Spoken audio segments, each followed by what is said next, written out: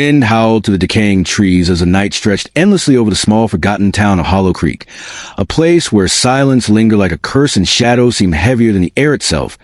And in the middle of this forgotten town stood an old boarding house, abandoned for decades, its windows shattered and walls marked with graffiti.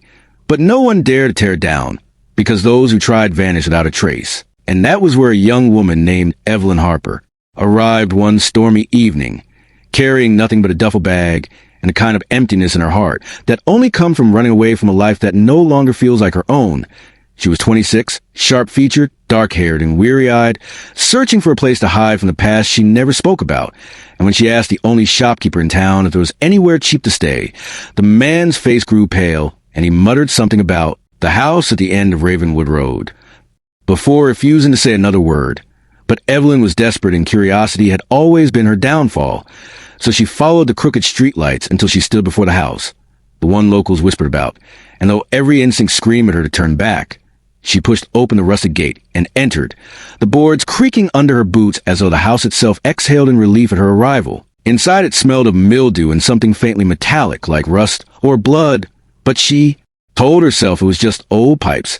Dragging her bag across the warped floor, she picked a room upstairs, ignoring the peeling wallpaper and the way her own shadow seemed too slow to follow. The wind outside shrieked like laughter, and as the night deepened, Evelyn lit a single candle, telling herself she only needed to stay one night. Yet she could not ignore how the silence inside the house was different from the silence outside, thicker, almost alive, and when she finally closed her eyes to rest, she dreamed of hands reaching through the walls, pale and cold, clutching her wrists while a voice whispered, "Darkness never sleeps," over and over until she woke drenched in sweat. The candle long melted, the room darker than darkness itself. But when she groped for her phone, its battery was drained, though she had charged it just that morning, and the digital clock on the floor blinked 3 a.m. again and again as if stuck in time. Evelyn tried to leave, fumbling down the staircase, but the front door was swollen shut, refusing to budge, and when she turned back, the hallway stretched longer than it had before, the ceiling arching higher, and she realized the house was shifting around like a living thing, trapping her inside. She whispered to herself that she was dreaming, but the splinters in her palm from the banister told her otherwise. Then the voices began, faint at first, like a radio in another room, whispering her name, Evelyn, drawn out like a lover's sigh and a predator's hiss. She pressed her hands over her ears, but the whisper slithered into her mind, crawling across her thoughts until she screamed, the sound swallowed instantly by the walls. And suddenly she saw a movement at the end of the hall, a figure, a woman, hair hanging over her face, dress soaked as if she had just stepped from a river, and Evelyn's breath caught in her chest as the figure slowly lifted her head, revealing hollow sockets where eyes should have been, from which worms and shadows spilled like ink. The woman's jaw cracked open unnaturally wide, and the same words Evelyn had heard in her dream spilled out. Darkness never sleeps. The floor beneath her groaned, and Evelyn bolted, running blindly into rooms that twisted in impossible ways, each doorway leading her deeper, never out. One room filled with broken mirrors where her reflection lagged behind, smiling when she wasn't. Another room where dozens of clocks ticked in sync, but all hands pointed to 3 o'clock, and in yet.